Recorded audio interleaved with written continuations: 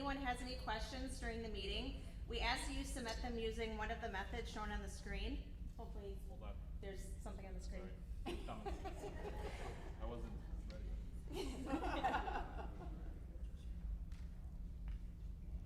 There we go. We're ready. All right. So any of those methods on the screen, or hold your question for the question period here in the audience, and then we'll review them at that time. So I hereby call the 119th annual meeting of the Cochrane Cooperative Telephone Company to order. Welcome everybody to the 119th annual meeting.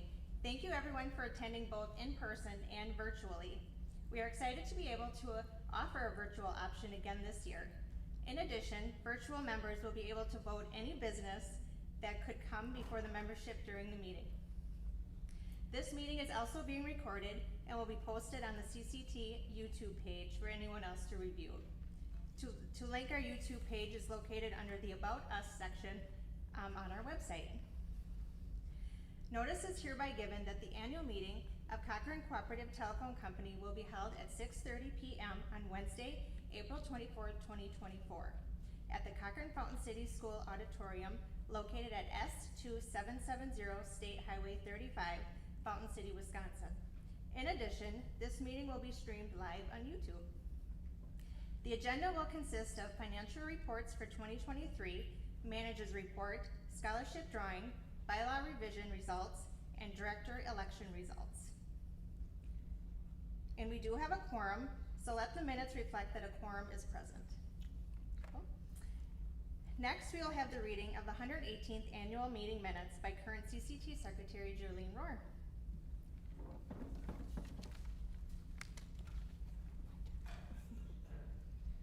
Hello everyone. The 118th annual meeting was held April 26, 2023 at 6:30 at CFC Auditorium. 60 plus people were in attendance. A quorum was met. President Heidi Lassuski then read the notice of the 118th annual meeting.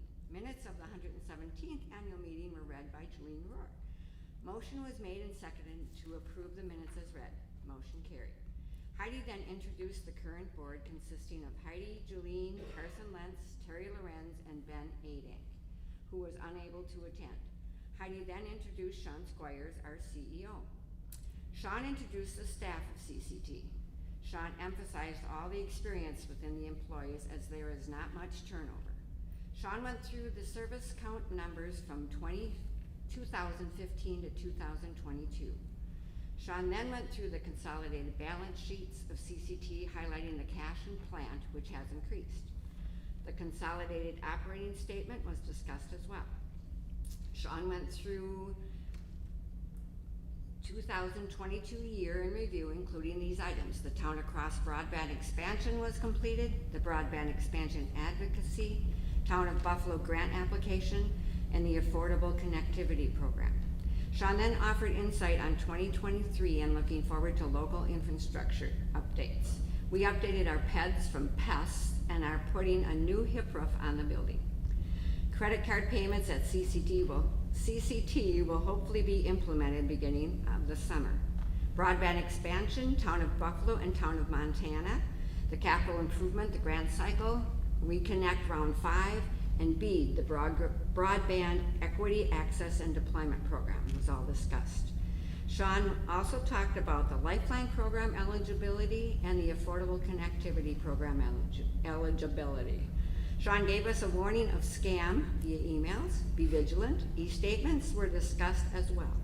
Sean talked about streaming and offered help at the office.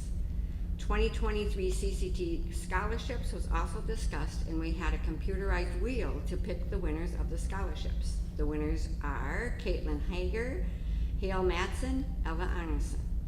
Results of Board of Director election, Heidi Lassuski had 266 votes, Lee Bailey had 103. Drawing for the $50 bill credit goes to Joe Morozic via the virtual option and Heidi Hankus in person. Questions were asked and answered at the end of Sean's presentation. Heidi then asked for a motion to adjourn. A motion was made and seconded. Motion carried. Respectfully submitted by Jolene Rohr, Secretary. Now I can write today's. All right, so I would like to entertain a motion to approve the minutes as read. Second? I'll second it. We just have to, so I have a motion and a second to approve the minutes as read. For those appearing virtually, click the link in the comments to vote. You will need your voting code to verify identity and votes. All those in favor signifying by saying aye. Aye. Opposed? We will wait a few minutes for the virtual votes to come in. Technology.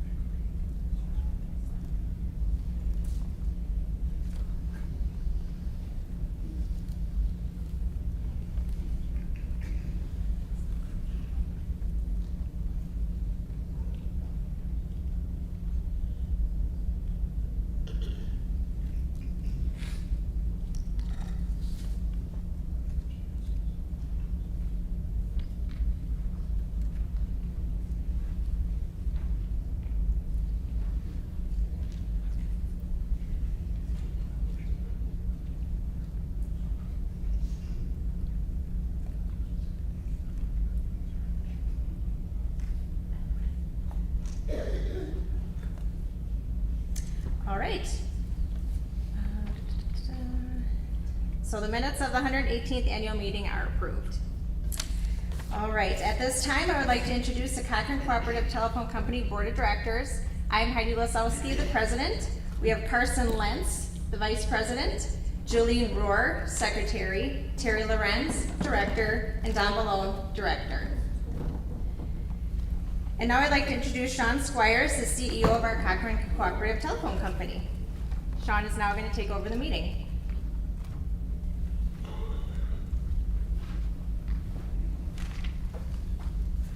All right, welcome everyone. It's great to see everyone.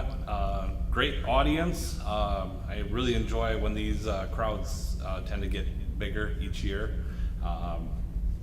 It serves two purposes really.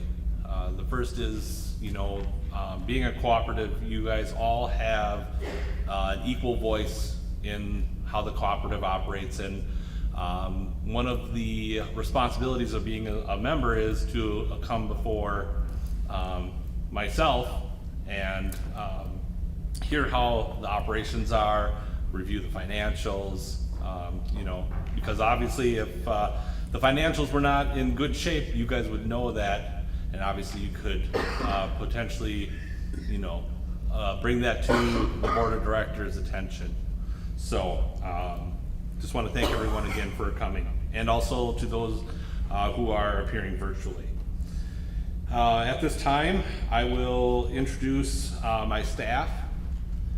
So again, Heidi introduced myself. I'm Sean, CEO, working on my third year now. So hope this was a great transition for everyone. It was for myself. So then we have Matt Biesterfeld, our plant manager.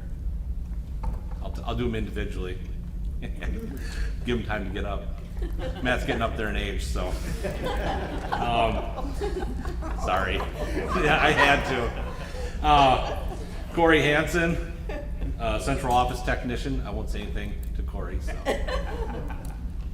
Jason Marquardt, our combination technician. And most of you probably get to meet Jason or Corey in your homes when they're doing various, if they're there for a service issue, or if it's there for an internet install, or service upgrade or whatever. So then we shift to our office staff. We have Lisa Bramer, who's our office manager. Oh, you moved on me. You're always back here. So she's in that back corner.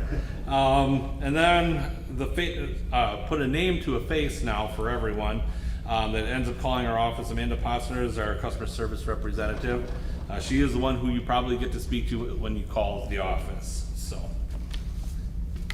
now we'll get into some of the nuts and bolts of how the year went. So on the screen, I do have the service counts This is company-wide. As you can see on the graph, I was at a loss for words there, sorry. We have just about 1,700 members as of 2023. And at the end of 2023, we had 1,609 broadband customers, or a 2.8% increase, which is pretty great given a company of our size. Phone lines are 889, which is a decrease of 6.4%. Again, that's to be expected with the cell phones and how well the networks are being built on cell phone technology. There's no need for a true landline anymore in most situations. Most of what we see now are for individuals with smaller children in the home, where they have that nice guaranteed connection should they need to request emergency services or things along those lines. As far as breaking those down by each of our service areas, I do have the 248 and 626 service area. That's actually what's considered to be our regulated area. That is also the originating area of Cochrane Telephone.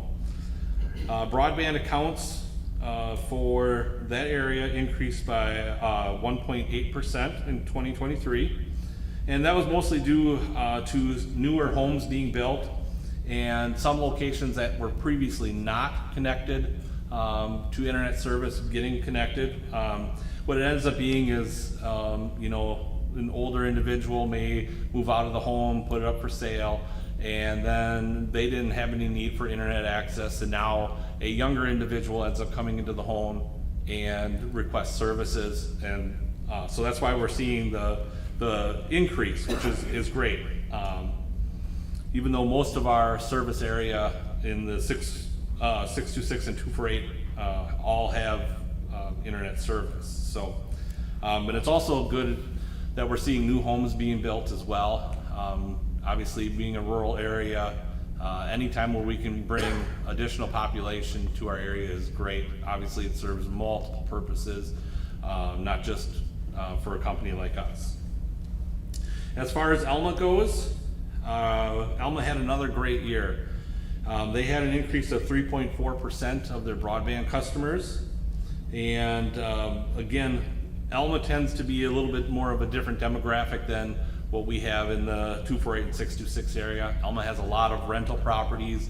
So you might have a person that comes in for 6 to 8 months and then leaves, and then another one comes in. So there's a lot of turnover there, but also in Alma there is some opportunities for us to continue to grow. Not every home there is like our regulated area where they have a lot of connections. So we continue to excel there. As for the Milton counts, Milton area had the largest increase in 2023.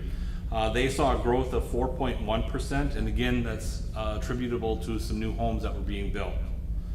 So again, great to see the new homes going up.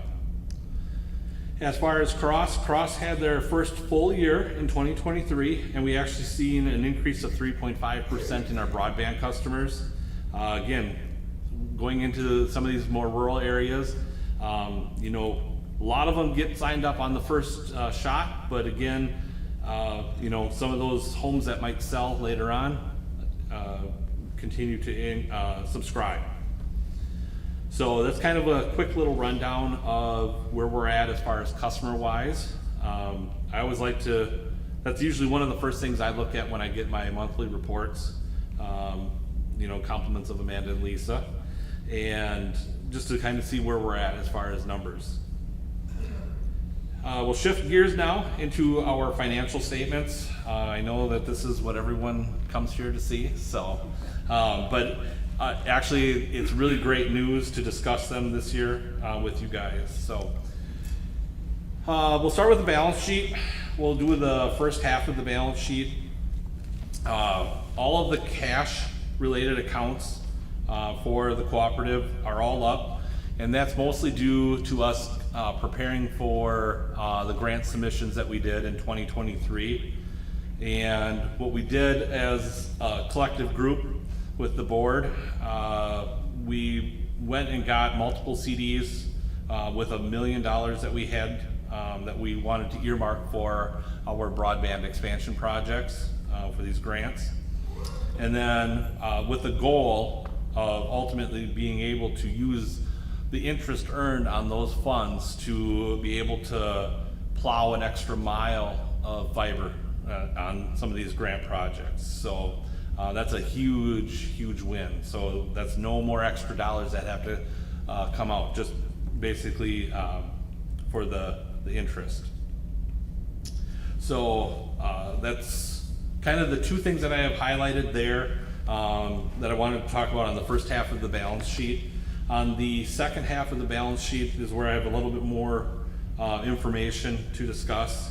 So under the other liabilities section, you'll see a large increase from 22 to 23. And that is due to our construction contractor billing us. Actually in 24, we received the bill for some work that they did in 23. So we put those expenses back into 23 because that's ultimately where they belong. So we have to show that as payable on our financial statements. The other item that's highlighted there is the grant revenues. I know I mentioned this last year, but it's always good just because it's a sizable number so you guys know what's in there. So that's all grant revenues that we have already received on past projects, but due to accounting principles, we have to spread that over the life of the asset. So we can't just take all of that as a one-time revenue source. We have to take it over the life of our fiber projects. So that'll take multiple years to go down, but that's a good thing as well, because ultimately the goal of that is what you take as revenue in should offset your depreciation expense each year. And then the last item, I don't have it highlighted, but I always like to point it out, is the patronage capital. This is the amount that's still owed back to you guys, so as members. And don't think that we're just sitting on that, just waiting, you know, just to sit on it. We're using that for our day-to-day operations, continuously upgrading infrastructure, going out and applying for these broadband expansion grants, which are very important, especially if you speak to some of those individuals in those areas that we are going into. The next item that we have is the operating statement. So with the operating statement, this is exactly, this is the best one to always look at to judge the financial health of the company in the particular year. So in 2023, the first item I have there is the local communications, and then now that also includes a full year of Cross, and our revenues are actually up for this particular service by 7.1%. So again, by having a full year of Cross now in there, you can see the impact that they have. And then the next item I have highlighted is miscellaneous services. This is where all of our new customers that have to pay for any kind of work that's being done, such as now, like for those of you that are here in the 248 and 626 area, or regulated area, there wouldn't be any new construction costs, but anywhere else in our other exchanges, so such as Elma, Milton, Cross, those, if there is a home that doesn't have a line ran to it yet, that homeowner is responsible for the costs to have that line ran. So you heard me say all that new home construction. So any of those new homes have to pay for that line to be brought into their home. So that's reflected there. That's one piece of it. The second piece is we also did a main line extension, part of a larger self-funded, and when I say self-funded, not Cochrane Telephone funded, the homeowners got together in an area of our community, and they said, we desperately need internet service. We don't care. We are going to pay for it ourselves. So there was that construction cost, and it was sizable. I won't get into specifics of how much it actually costed, but these landowners and homeowners, they really banded together, and you can see the power of what internet can bring to a home just by, if you were ever able to speak to those individuals. And if they're here, I'm glad that we were able to get that brought into your home. And then the final thing, which is actually the largest component which makes up this particular line, is we were able to, I wouldn't say win, but we were able to gain the business of Verizon Wireless for a cell tower. And they, just like anybody else, if they want a line ran to their cell tower, they are responsible for 100% of the costs. So we have that addition as well. And obviously that brings in a fairly sizable piece of revenue for the cooperative. The next item I don't have it highlighted here, but I just want to kind of mention it, just in regards to our operating expenses. They were up slightly in 2023, which is about 1.5% higher. And that's mostly due to the depreciation costs that we had experienced as a result of having a full year of the town of Cross. And then the operating margin, which is basically, the best way to think of an operating margin is everything above that line is items that we can control. So that's our revenues and also our expenditures. Our operating margin is up 9.5% over 2022. Again, you can see the benefit of having another municipality as part of the cooperative. So everything now below that line are items that we, in a roundabout way, cannot control. A lot of it has to do with markets and our investments. So below the line, with our investments, you'll see a fairly substantial swing. I'm sure some of you have probably experienced it too in 23, that the market rebounded from what was in 22. So we actually had a rebound of $305,000. So that all has to be considered, again, due to accounting principles. You gotta take the good with the bad. So this year we had a good year with their markets. So obviously that then impacts the bottom line, which I'll get to in just a second. But I do want to mention that I do have the taxes highlighted up on the screen.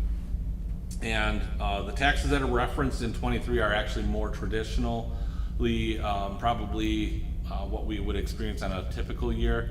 22, because of all those losses that we had in the market, we were able to take some tax benefits.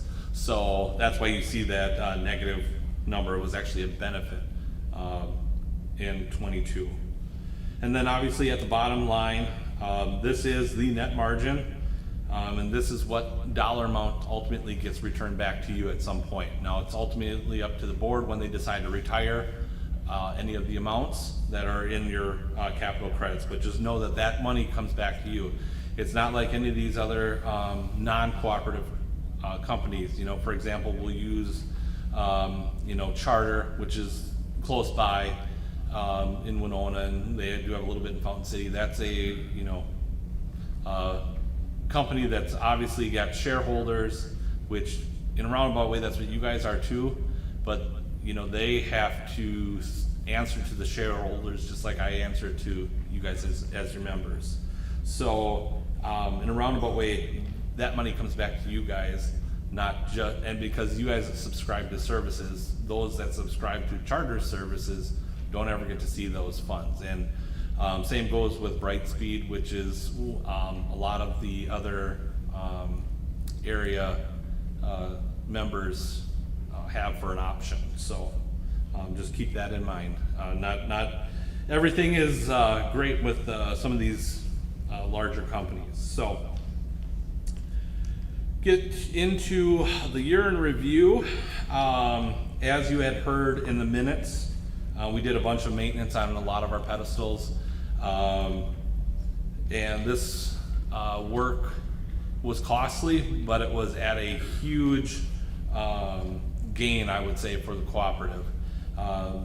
You know, I like to always throw a little humor into this because some of the stuff is really dry, especially when you're talking about these financials.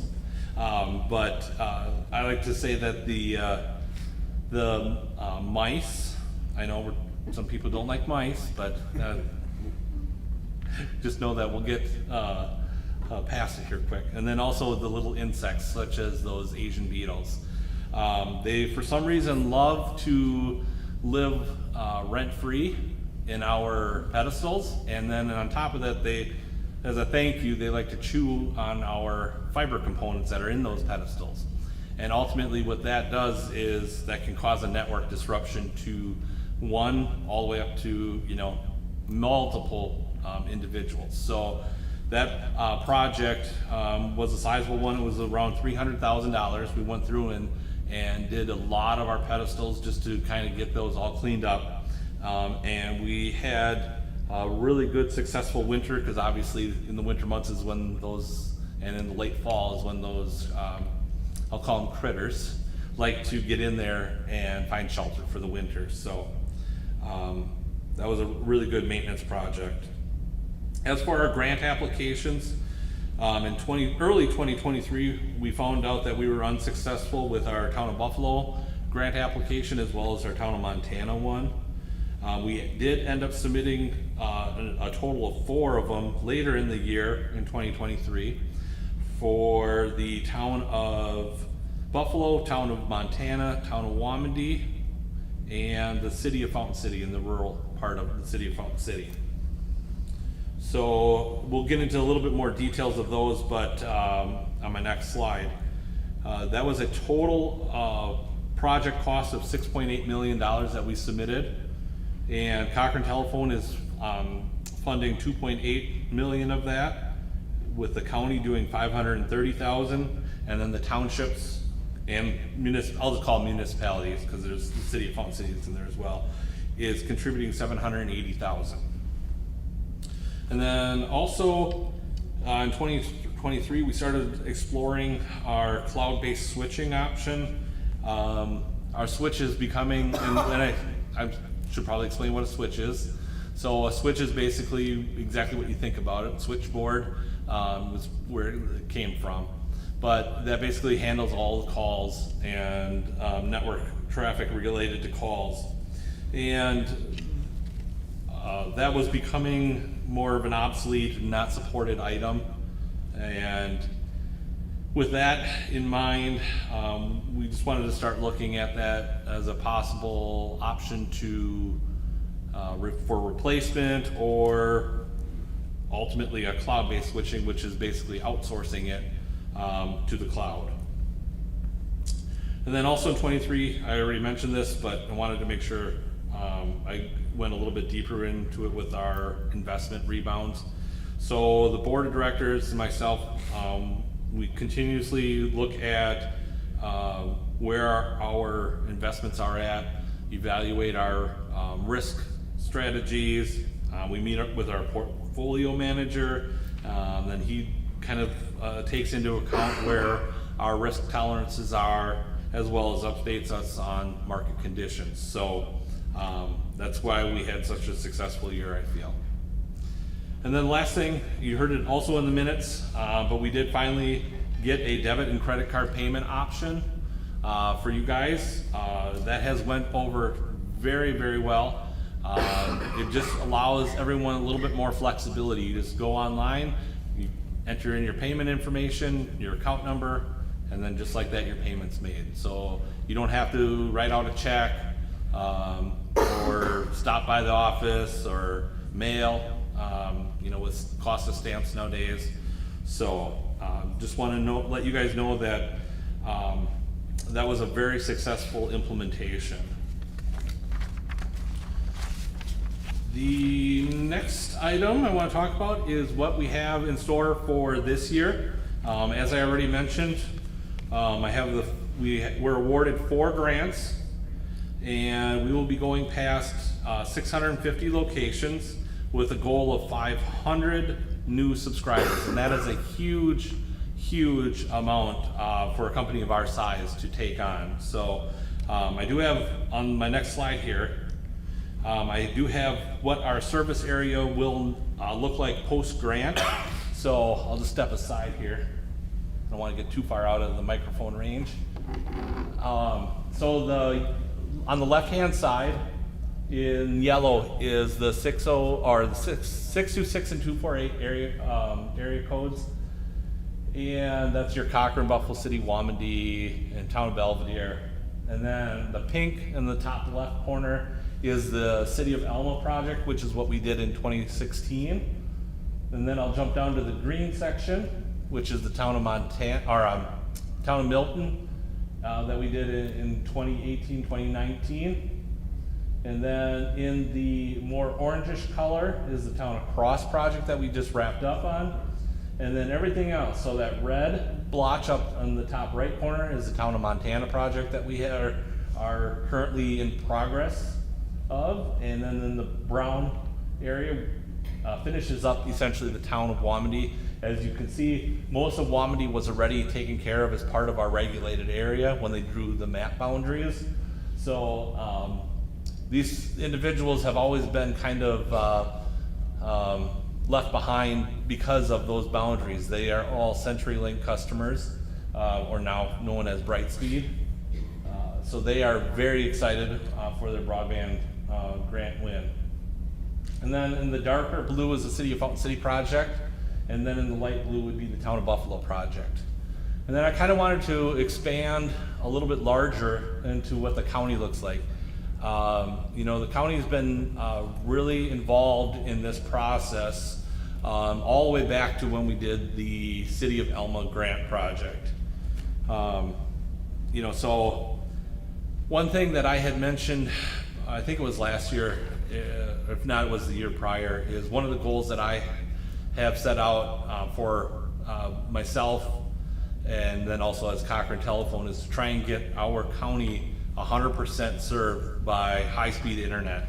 And we are getting very close to being able to say that. We have just two areas that are really left. So on the map, so everything that's in yellow would be the Cochrane Telephone service area post build out of these 4 grants. So you can see it's pretty substantial now. The purple section, that is NTEC, which is based out of Durand. They are also a cooperative, so they basically take care of the northern half of our county, and that's all fiber fed. And then the dark green, that's TCC out of Strum. That's also another cooperative, and they handle just those little slivers in the county. But they're, again, fiber fed. So what's left, you have, oh, and then, sorry, I should probably mention, in Fountain City, you can't really see it on the map just because it is so small. Charter Communications is in the city of Fountain City, and they basically do just the inner city part. And then the 2 areas that I mentioned that are still left to accomplish would be the Town of Glencoe, which you can see it's vast majority of the township, and that's the red area.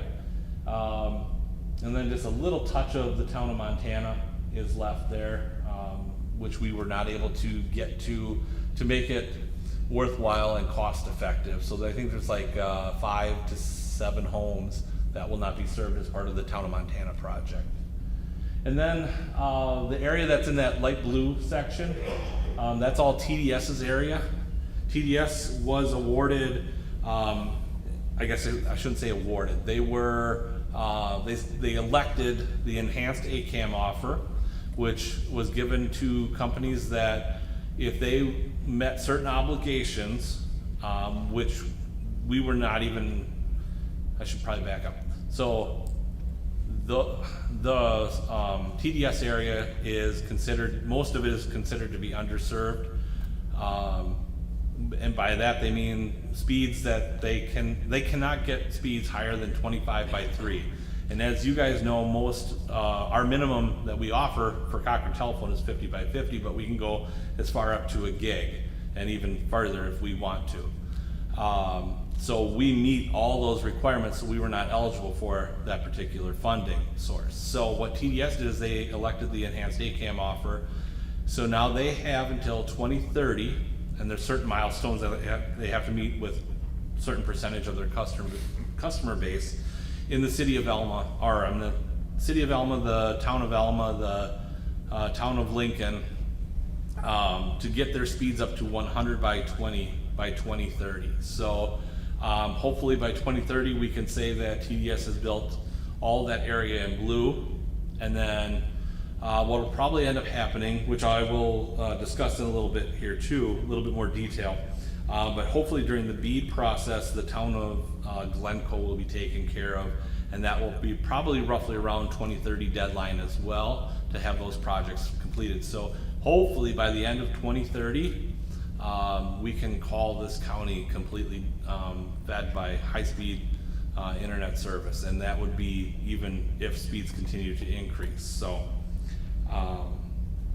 so yeah, the future is looking really bright as far as service in our area. Moving on, more things in 24. So again, you heard in the minutes about our roof project. We did not get that going in 23. Just waiting with another couple contractors on some quotes, and hopefully we can move forward with that. And then also we are looking to do obvious equipment updates, so our switch would be included in that. So hopefully once we get this cloud-based switching up and running, we'll be able to offer some VoIP, which is the voice over internet. So basically you can use your internet connection for your telephone service. You won't have to have two separate type of lines in your home. And then also we plan to do some business cloud solutions as well. Some of these businesses in our area are using some more, I wouldn't say outdated, but lesser technology, things that can go wrong, and hopefully we can get some of these to get over to a cloud-based platform and help in their business operations as well. And we hope to have that up and running by the summer of 24. And then in addition to some other facility upgrades, we're actually working on them right now. We're working on some electrical components. One thing that's very interesting about this setup is a lot of the equipment that operates our network runs on DC voltage. So other than, you know, like a traditional plug-in in your home, this operates on a different style of electricity. So we're working on replacing a lot of that older equipment that's, you know, 20 years old. So the one thing here that everybody loves to hear is pricing. Don't worry, it's not going up. I'm not here to stand in front of you to say that. But if we ever got into that situation, I definitely would mention it here. But what we're doing is we're also reviewing our speed tiers as well. Some of you maybe have ran into this, but a 50 megabit plan, which is our bottom plan, sometimes is not cutting it anymore as far as the bandwidth that a lot of families are using. And we're evaluating on whether or not we end the 50 megabit tier plan and just make our minimum be 100. And what we're finding is a lot of the 100 is solving a lot of potential issues that families are running into with speed performance issues, you know, lagging, things along those lines. So if you are one of those individuals and your family is, you know, experiencing some issues, contact our office. We can let you try out 100 plan if you want to, or even higher. You know, and I'd be willing to even let you try it for a couple weeks, just so that you guys can really experience it to see if you can notice a difference. And it's not that we're saying, you know, that you know, we're pushing you to a higher plan just because it's a higher cost. It's actually for your benefit. I want you guys to have a quality experience, and that's one of the things that by going to a higher speed plan can help with. So I just wanted to make mention of that. So as far as pricing goes, I hear it regularly, so, and I'm no exception too, because I kind of feel the same way. I unfortunately was not the one that put in the pricing plan, so, you know, I'm looking at fixing it. But if you move from one of our areas, such as the city of Alma, Cross, Milton, and you come to move to Cochrane, Buffalo City, and you have a 50 megabit plan in your home in the town of Crossville you just use, and you move and buy a 50 megabit plan in Buffalo City, the two are two different pricing. And I want to create kind of a more uniform pricing plan so that in case somebody moves, which we have seen, that you're not paying two different prices for essentially the same service. And unfortunately, the way how regulated areas work, that pricing has to be higher so that we don't take a hit negatively. And I know some of you have probably called our office and have heard that that response. It's how it works, unfortunately, in this industry.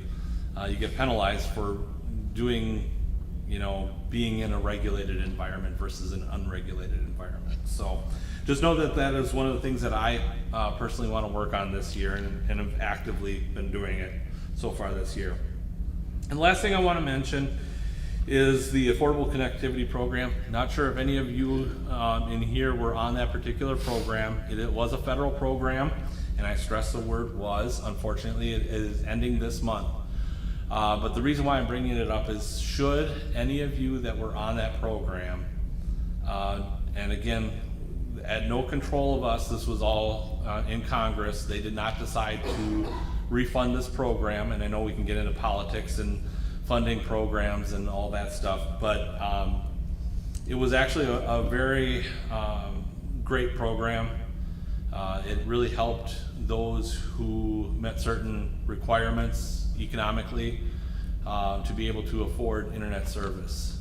And for those of you that are losing this benefit, if you are struggling to pay as a result of this, contact our office. We will try to work with you as best as we can so that you guys don't need to terminate your services. We'll do it within reason, obviously, because again, got to keep the cooperative in mind. But again, that's one of those things where a cooperative will work with you versus, you know, just saying, hey, too bad, so sad type of a thing. So that's one more thing I just wanted to add.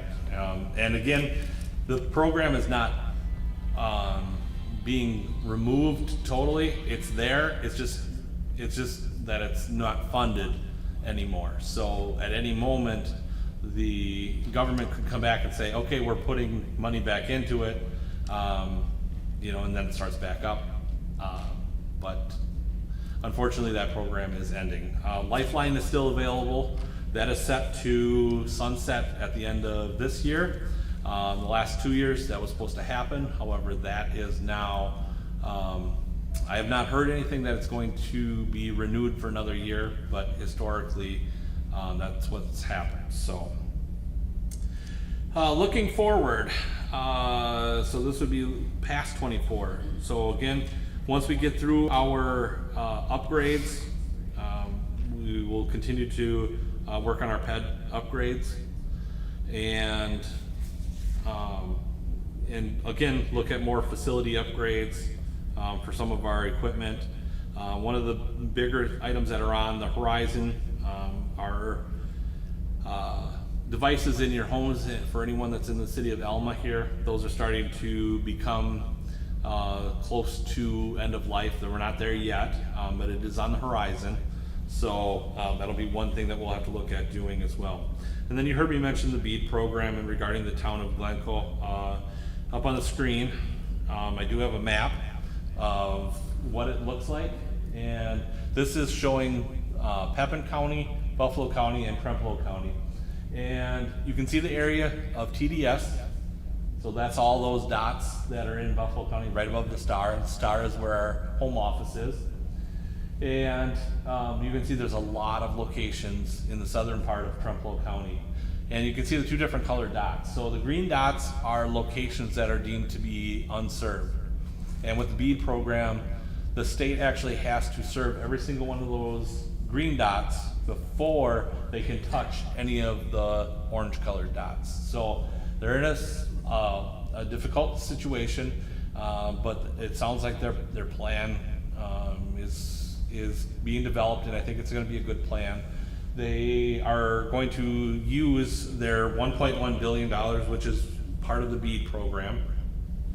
They're going to try and fund as much of those green locations, hopefully almost all of them, as well as get into a lot of the orange colored locations with fiber optic service. Again, that's fiber optic service is superior to other technologies that are out there, such as satellite, fixed wireless, things along those lines, and then ultimately the low orbit satellite. So again, 2030 is the end of BEAD, so that's when the projects will most likely be done. So again, hopefully all those locations will be taken care of, specifically in our county, but then also in Trumpeldor County. And the reason why I mentioned that is that'll be one thing that myself and the board will be looking at to see if we want to do anything in this BEAD program. It's going to be very, very competitive. It's a whole different ball game. There's a lot of red tape because it's all 100% federal related projects. So there'll be a lot of paperwork that will be needed to complete as part of that. All right, some closing thoughts. I usually try to do something related to security and things along those lines for protections for you guys.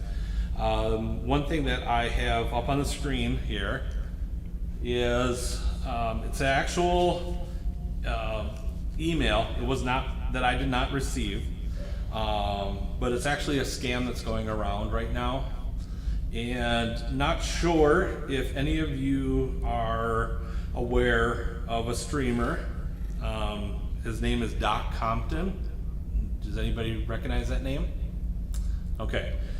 If you want some humor in your day, he's online every single day.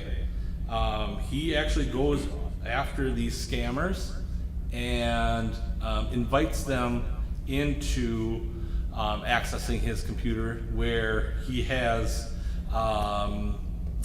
some dark content available for them to view, these scammers. So if you want some humor in your day, you can check him out. But this is the scams that he targets.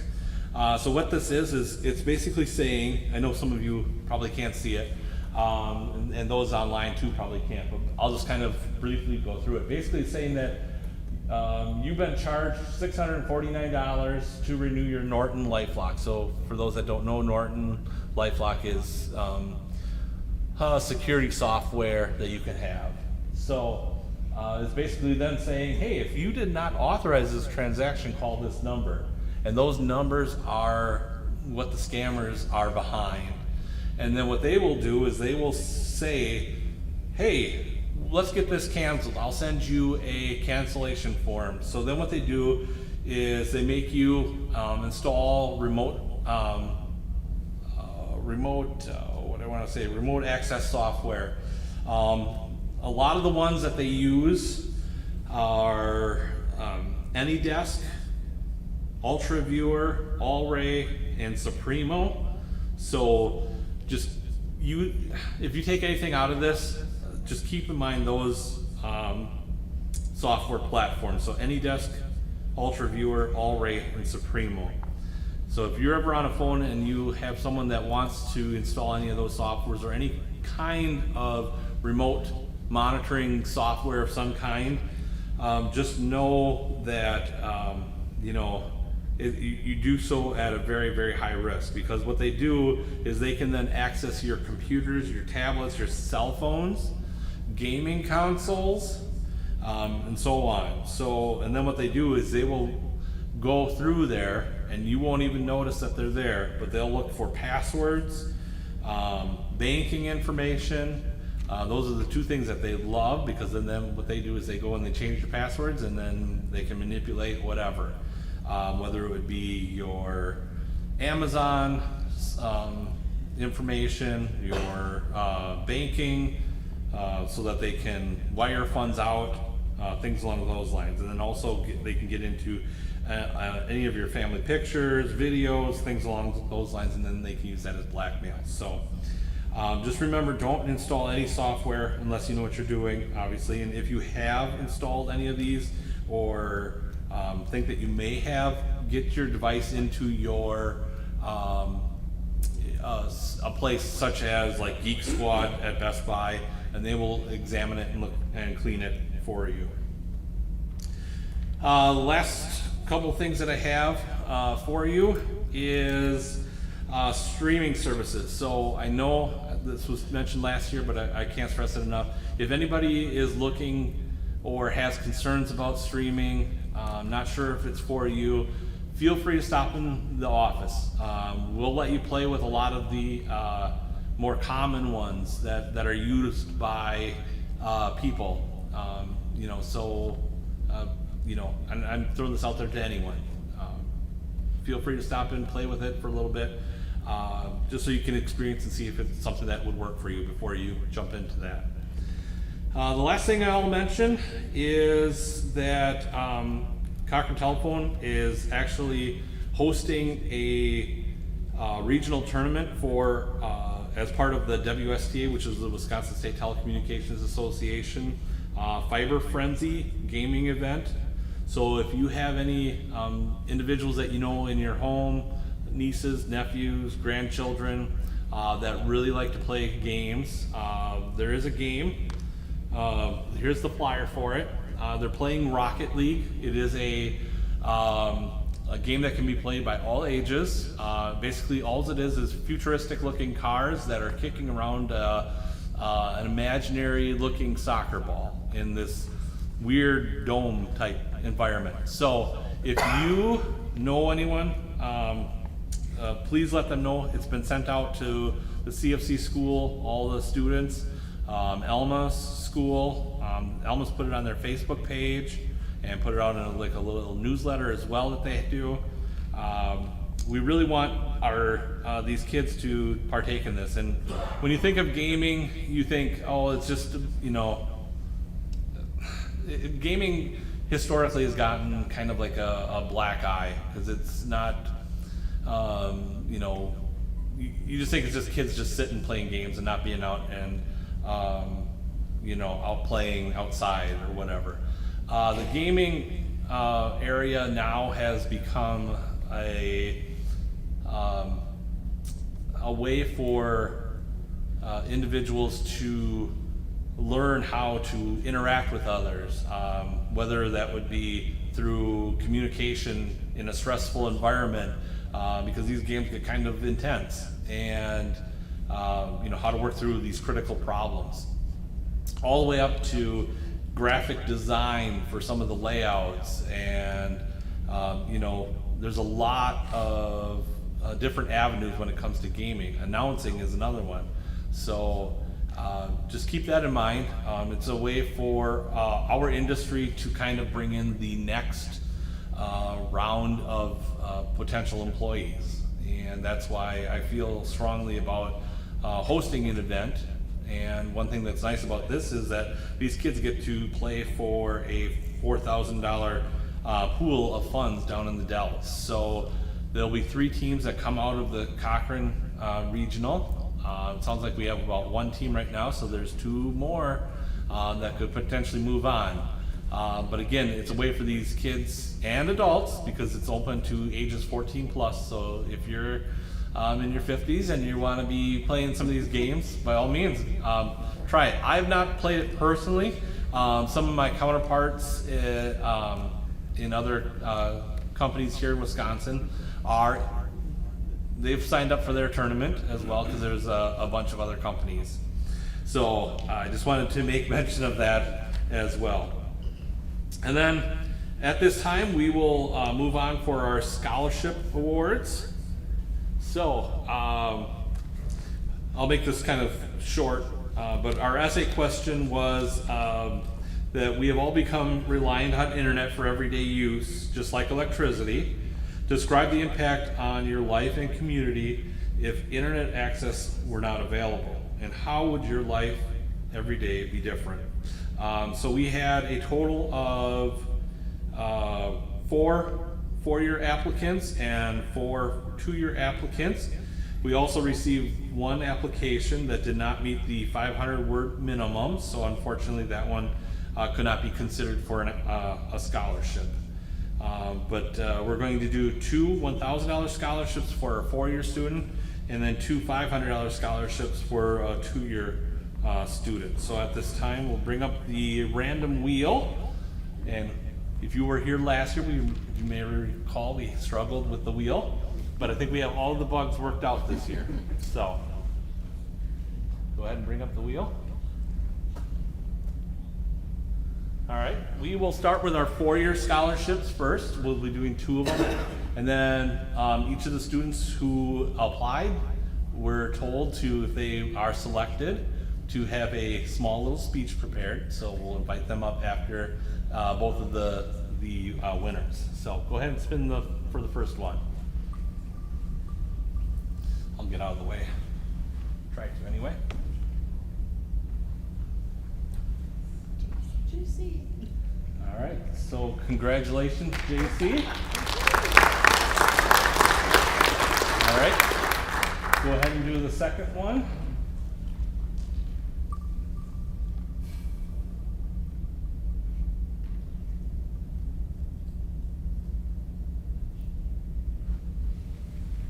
All right, and Savannah, which I don't believe is here. She's at a school event tonight, so I guess at this time I'll invite JC to come up and say a few words.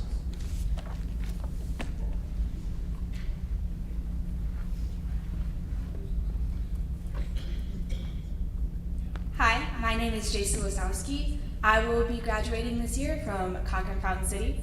I will be going to UW River Falls in the fall. It's so sad that Savannah can't be with us, but she is representing our school right now in an FFA CDE, so good luck for Savannah. And I would like to thank the Board of Directors and the CCT members for this amazing opportunity.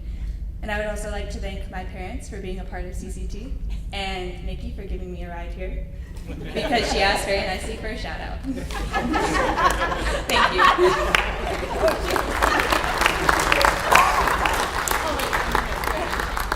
No, it's fine. We don't have any awards or anything like that. Your award will come in a check when you get through your first semester.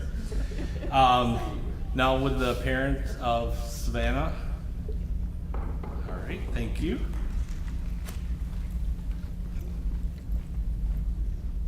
Good evening. So I'm Stephanie Faust, and my daughter Savannah won. She is traveling down to Madison to compete in the FFA CDE competition for wildlife. So they made it to state, so they're going down there tonight. Tomorrow they'll compete. So that's why she's not able to be here tonight. Her plans are to go to UW Platteville and go into chemistry. And she wants to thank the board members for everything they do. I'm sorry, I'm just a real big fan of co-ops. I was raised with them. They're the backbone of America. They brought us all the things that are important. So it's important to teach the younger generation about it. So thank you. We really appreciate it. Thank you. All right, and then we can move on to our 2-year scholarship drawing. All right, go ahead and spin for our 2-year.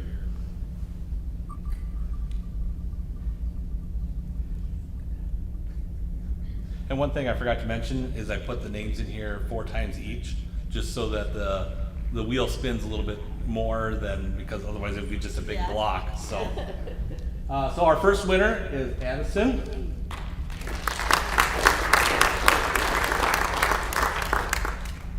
Go ahead.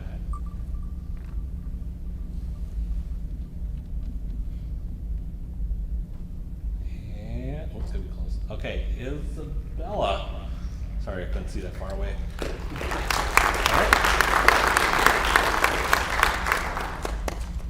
All right. Are both here? Okay, you can come up first then.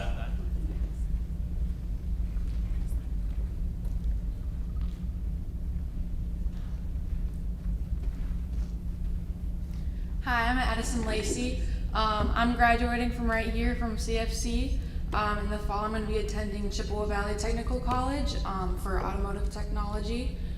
I would really like to thank, very, very big thank you to our board of directors right here and all of the customers of CCT, especially my parents.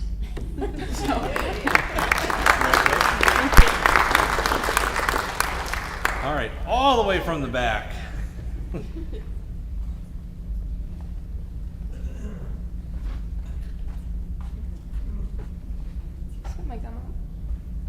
You can just put it right on here. Yeah. Hello, I am Isabella Holzer, and I am graduating from CFC this year. I'm going to Western Technical College to play volleyball and get my associate's degree in early childhood education. I'd like to thank the board of directors for this opportunity and all the members of CCT. So, thank you.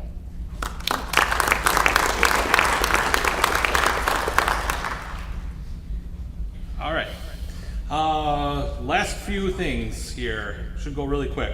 The next item I have is our membership vote for the bylaw revisions. So what those bylaw revisions consisted of is that our board, attorney, and myself all met just to revise them.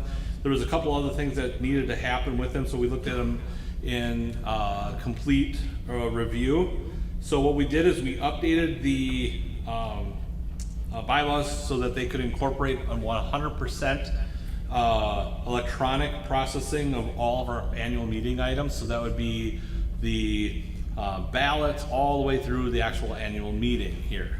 So we're prepared for the future. Also, we updated a section on who's eligible for director positions. So just clarified that. There was some changes that were recommended by our attorney, so we implemented those, as well as other changes which he had also recommended, which were protections due to some statute changes in cooperative law. So that was a big section at the end of the revisions.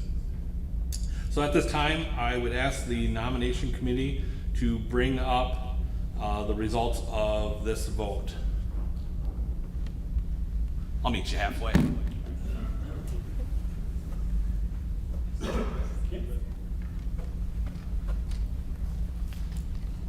All right, so our nomination committee counted all of the votes, and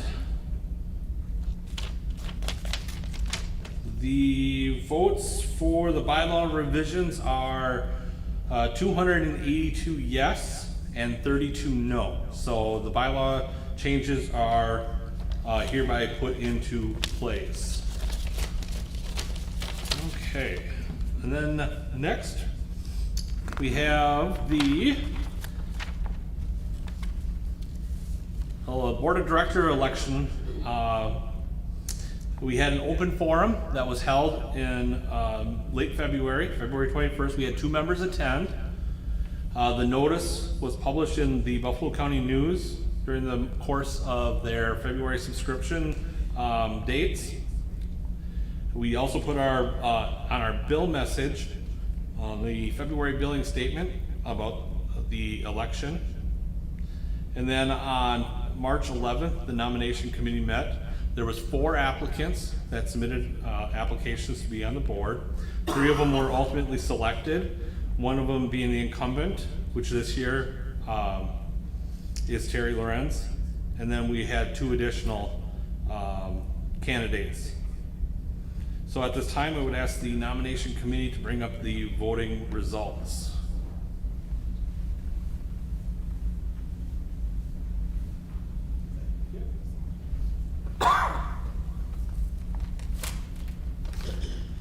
And again, the nomination committee counted all of the votes.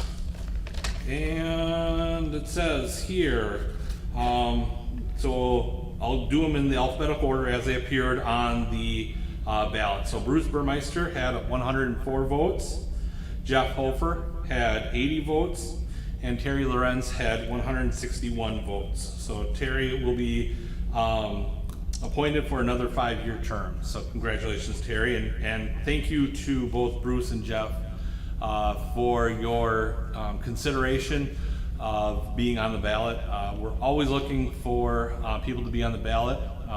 We all don't know how long we're going to be here, so including the board members as well. So at any moment in time, we can be taken away. So just know that just because you were not successful doesn't mean that the board does not take notice of these results and these individuals that want to potentially be on the board. So I want to thank you again for that. At this time, we will do our drawing for the bill credits. So we're handing out some free money now. Exciting. So we're doing a $50 bill credit drawing for our virtual members as well as those of you that are in person here tonight. So we'll do another wheel, and this is where we ran into problems last year. Hey, look at that. Let's slide it over.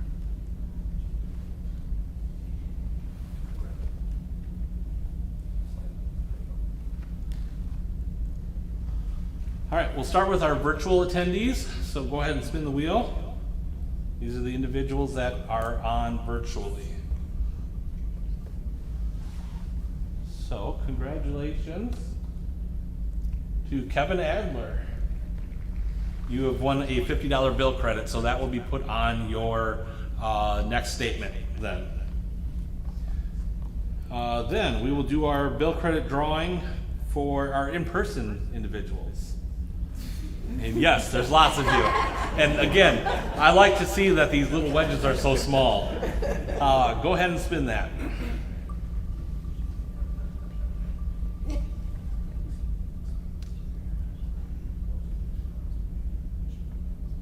Oh, it's close. Okay. Okay, congratulations, Vicky. You will see your bill credit on your next statement as well. All right, you can close that. All right, so at this time, I would entertain any questions from the membership. Those that are virtually, you can also submit your questions either by texting it to the number that's on the screen, or if you can put it in the chat, you can do it that way. Otherwise, if you are in person here, I would look for any questions that anybody has in regards to the membership. Was there a hand over there? No, okay. John? I know years ago, Trempealeau County invested a lot of money in connectivity of all the homes with TV connection countywide. I take it that had no effect on internet. Yeah, I don't know exactly what was done, but yeah, if it wasn't, because all those are, that's all being reported to the FCC, what you saw on that map.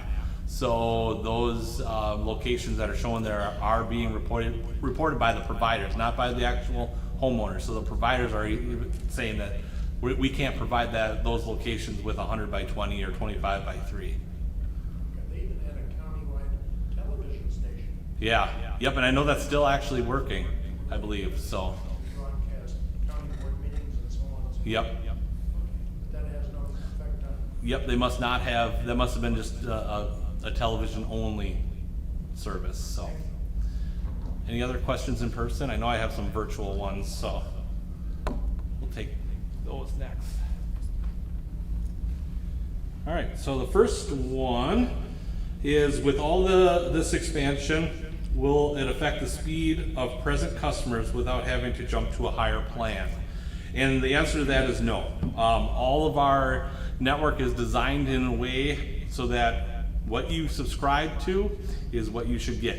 And obviously, when you subscribe to a 50 megabit plan, we'll just use that for example, you will get very close to 50. Now, the reason why it's never at 50 is simply because of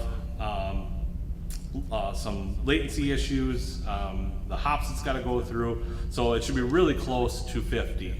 And obviously, if you have any devices running in your home, that will obviously have an impact on that as well. So just know that. Next one we have.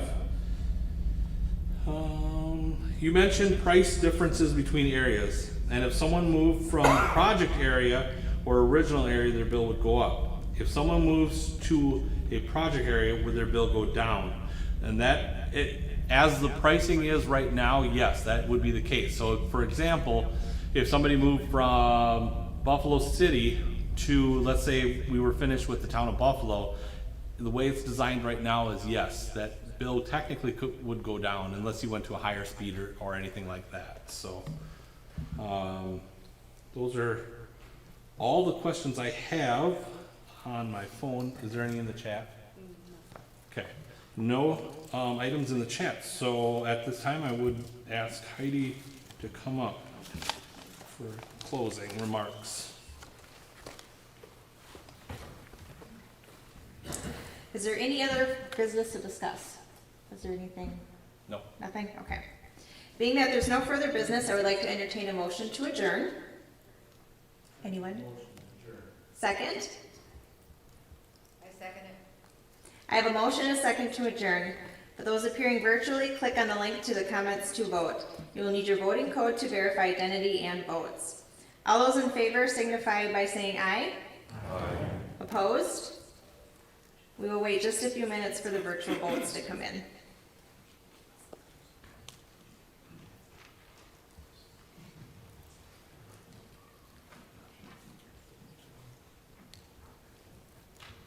I doubt that there will be anybody saying no, but.